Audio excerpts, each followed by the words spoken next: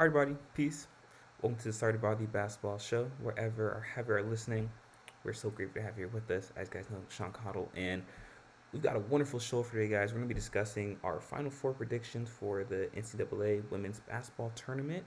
And let me just start by saying this, guys. This is the most talent that I've seen in women's college basketball since its inception, and I know this is something that I've said continuously for the past 3 seasons, but it just shows the growth and development of women's basketball. Every single year for the past 3 seasons, I've said that this has been the most talent that I've seen at one time in women's college basketball, and the talent continues to grow, it continues to get better, and this is the most parity that I've seen in women's college basketball in a very long time. And it's not only great for the sport, but it's also great for the development of women's college basketball and women's basketball as a whole. And also, we can see the positive effects that the ratings from women's college basketball that's having on on smaller markets or smaller regions, from the high school level to the AAU level, even up to the WNBA, the professional level. So everyone is benefiting from the increased marketability of women's college basketball. And the reason that they're able to have so much market value or marketability is because these players are staying, or they have to stay in college for at least 3 years or until they're 21. And that allows, this is something we talk about continuously on the show, that allows the fan base to develop a relationship with these players. And now fans know who Olivia Miles is, who Paige Beckers is, who Tahina Powell is, who these players are when they go into the draft.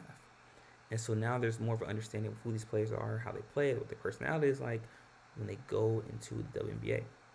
And now fans are more invested in these players when they do make it to the professional level. But I digress. So, guys, let's go ahead and get into it, right? Let's get into our Final Four predictions. Listen, like I said, this is the most talent I've seen at one point in time in women's college basketball since I've started watching women's college basketball about 20 years ago. And I'm excited, to say the least. And each region, we have the Spokane region, the Birmingham region.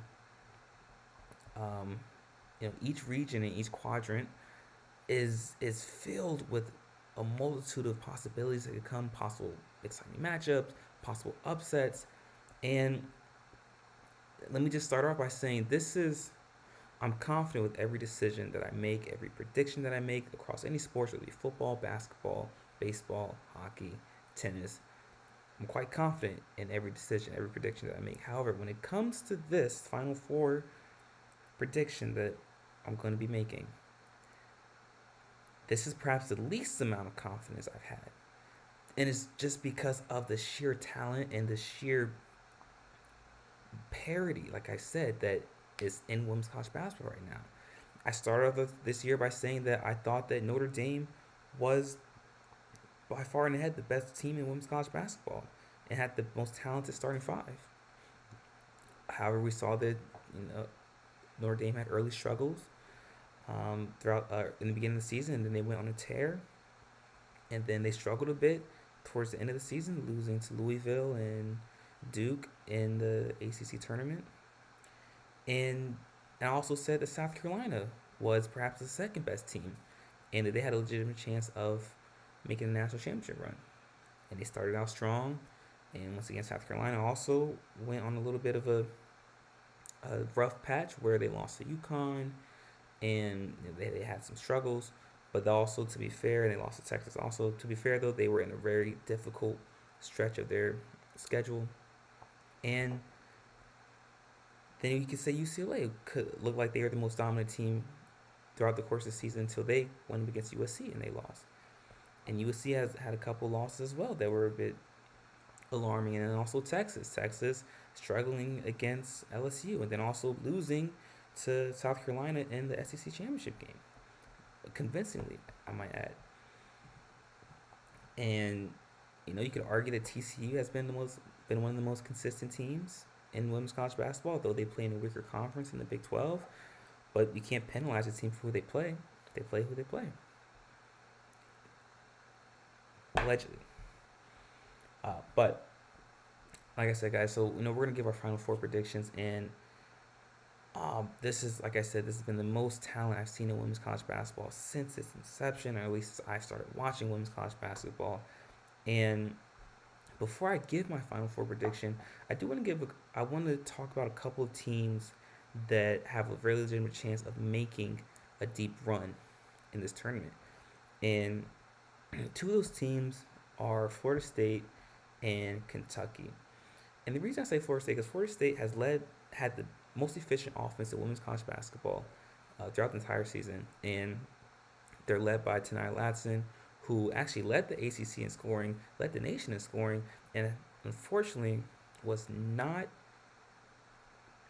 awarded ACC Player of the Year. That award was given to Hannah Hidalgo, and I do have a lot of contention with that, and I know why that decision was made. It's purely due to marketability, market value. It's easier to market Hannah Hidalgo to the masses in comparison to Sanaya Latson because of Hannah Hidalgo's name recognition. She plays at a quote unquote bigger school in Notre Dame, and as well as physical attributes that tend to be easier to market for those elite execs in media. But if you are a student in the game, if you watch these games consistently over the course of the season, there's no question that Tanai Latson should have been named ACC Player of the Year.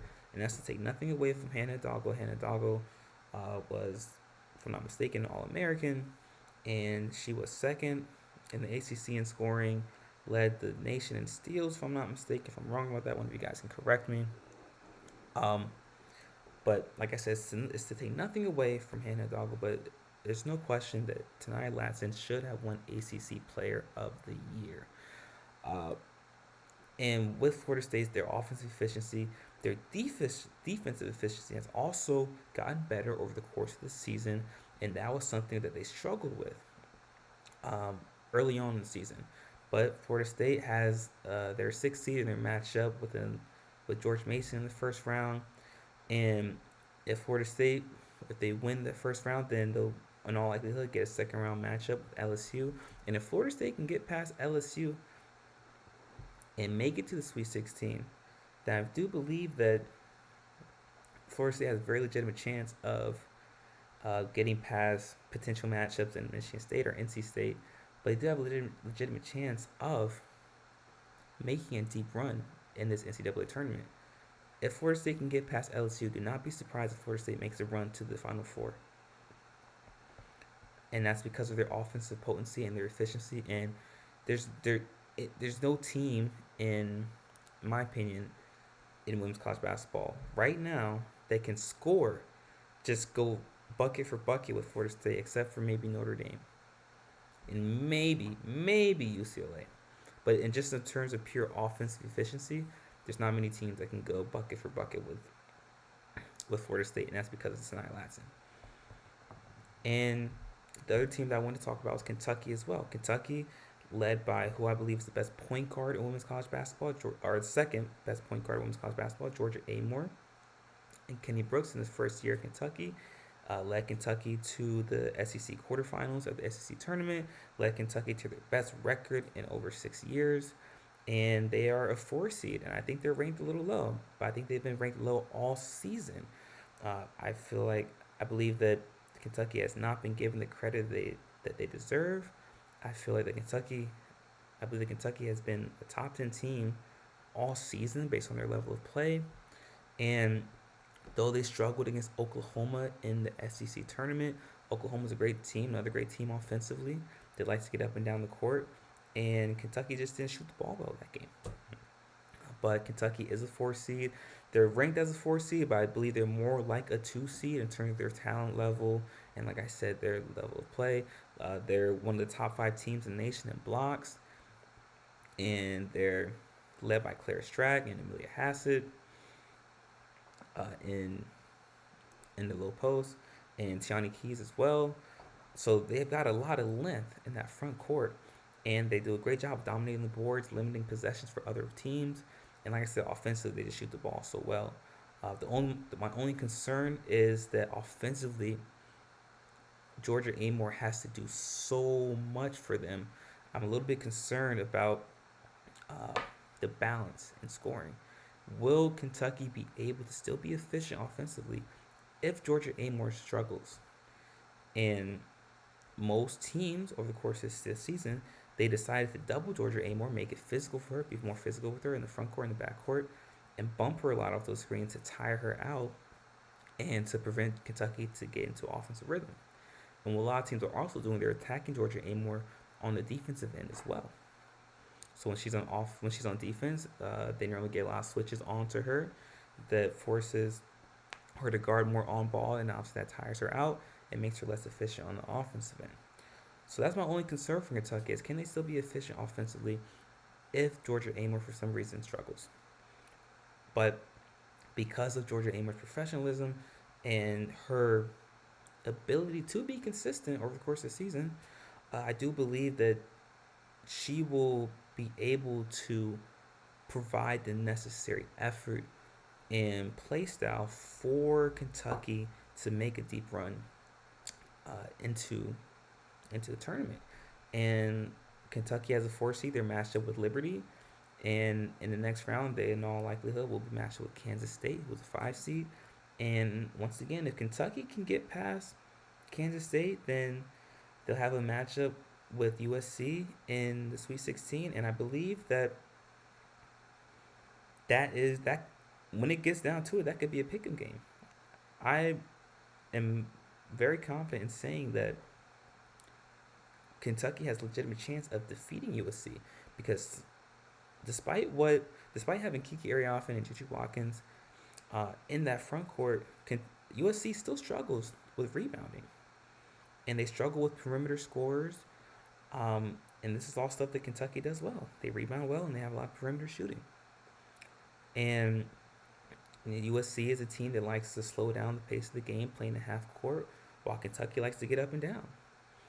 And I believe the matchup bodes well for Kentucky. However, I don't believe Kentucky has anyone that can guard and defend Juju Watkins one-on-one. So expect to see a lot of help, a lot of doubles if Kentucky ends up getting matched up with USC in the Sweet 16. But as of right now, I do believe that Kentucky has a legitimate chance of defeating USC in the Sweet 16. And I believe if that's the case, if Kentucky can get past USC, then I believe they have a legitimate chance of also defeating UConn as well. But I do believe that a matchup with UConn is more difficult for Kentucky than a matchup with USC. But I do believe USC is a better team than UConn. We all know that basketball, when it comes down to it, it's about matchups. And some teams just match up better with other teams. And with this tournament style, the March Madness, you don't get as much time to prep for these games, especially in the first and second weeks. So, I'm interested to see how that works. So, once again, Florida State and Kentucky are two teams that I'm excited to see. And these are two teams that have a legitimate chance of making a deep run in the NCAA tournament. However, when it comes to my Final Four predictions, out of that Region 1 for Spokane, I do have, I do have UCLA coming out of that region. It was between them and, like I said, Florida State. However, I do believe that UCLA's size and their depth, particularly in the front court, led by Lauren Betts, I believe it will be too much for Florida State. So I have UCLA coming out of Region 1 from Spokane, and then out of Region 2, Birmingham, I have South Carolina. I believe South Carolina is just peaking at the right time. We saw what they did against Texas in the SEC championship game, led by Sinai Fagan, Chloe Kitts, Bree Hall, Raven Johnson, Tina Paopao, Malaysia Foot Wiley, Tessa Johnson. There's a plethora of talent. Joyce Edwards. I mean, this is, in the way it's been for the past 3 years, the deepest team in women's college basketball. They can go 1 to 10. They can go 1 through 10. And the 5 players that come off the bench, if they had their own team, they would probably make the NCAA tournament as well. That's just how talented South Carolina is. And their shooting has gotten better. There was a point in the season where they struggled shooting the ball because there wasn't a lot of movement and flow offensively. But now they're starting to move the ball well, and they're starting to shoot the ball better also. And the post players are starting to create, not just in the low post and the block, but also in the high post and the elbow extended with Chloe Pitts and Snide Fagan. Because both of those post players do an excellent job of shooting the ball from those ranges, and that just spreads the floor and opens up easy scoring opportunities for the guards, like I said, with Tina Pow and Bree Hall and Malaysia for Wiley. So I have, like I said, South Carolina coming out of Region 2 in Birmingham. Um, they will face a tough matchup though against Duke. I do believe Duke will make it to the Elite Eight. Um, but don't be surprised also if Oregon upsets Vanderbilt um, in that first round matchup. But like I said, I do have South Carolina coming out of Region 2 with Birmingham. And Region 3, I have Notre Dame. But Region 3 probably has the most talent, the most difficult uh, bracket out of all the brackets. Listen, we have Texas, Tennessee, Ohio State, like I said, Notre Dame, Louisville, and TCU. TCU is 2C, by the way. But like I said, Notre Dame, like I said, it's beginning out the year. Notre Dame is, in my opinion, the most talented, just starting 5 in women's college basketball with Olivia Miles, Hannah Hidalgo, Sonia Citron, Maddie Westbeld, Leah Tu King. All 5 of those players, 3, with Olivia, Sonia, and Maddie, are all going to be drafted in the top 10 in this upcoming draft. No question about it. And Leah Tu King is, in all likelihood, going to be drafted as well. So just in terms of starting 5, this is the best starting 5 in women's college basketball at Notre Dame. And my only concern for Notre Dame is their depth. They just don't have a lot of depth coming off the bench, which really tends to happen when you have such an elite starting 5. But I do believe that Notre Dame is going to match up well with TCU, and I do believe that Notre Dame also will match up well with Texas. So, like I said, I have Notre Dame coming out of this Region 3 for Birmingham, and Region 4 for Spokane. Listen, we talked about it. Listen, I have Kentucky. I have Kentucky getting past USC as well as UConn, and I think that Kentucky's going to peak at the right time, though they struggled against Oklahoma since the last time we saw them. I believe that Kenny Brooks is going to create a system, create a little bit of a more fluid ball movement to get the ball off Georgia Amore's hands and maybe move her off the ball a little bit more to create less pressure for her and keep the defensive side more honest. And Kentucky, I think, will get past USC, and I think if they get past USC, they will also be able to get past UConn as well.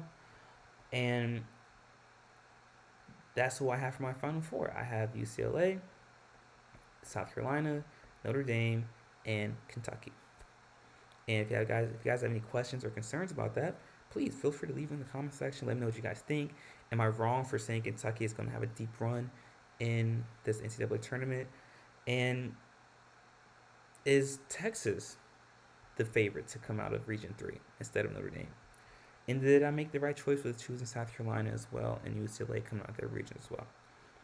Like I said, guys, I'm confident in all the predictions that I make. However, in all predictions I made across all sports since we started Bobby 4 years ago, this is the least amount of confidence that I've had, but I'm still confident when it comes to this decision, to this prediction. So like I said, I have South Carolina, UCLA, Kentucky, and Notre Dame for my Final Four. But let me know what you guys think. Leave your thoughts in the comment section. I'm looking forward to hearing all about it. With that being said, guys, that's it for our show for today. Thank you so much for tuning in. It's been a wonderful show. If you haven't already, be sure to hit the like button, hit the subscribe button as well, so you guys can stay up to date on all of our latest content that we post daily. And if you'd like to gain exclusive content from the Started Body Show, you can do so by following us on patreon.com, where you can find exclusive content that we post daily. With that being said, guys, continue to stay safe, be vigilant, make smart decisions, and until next time, guys.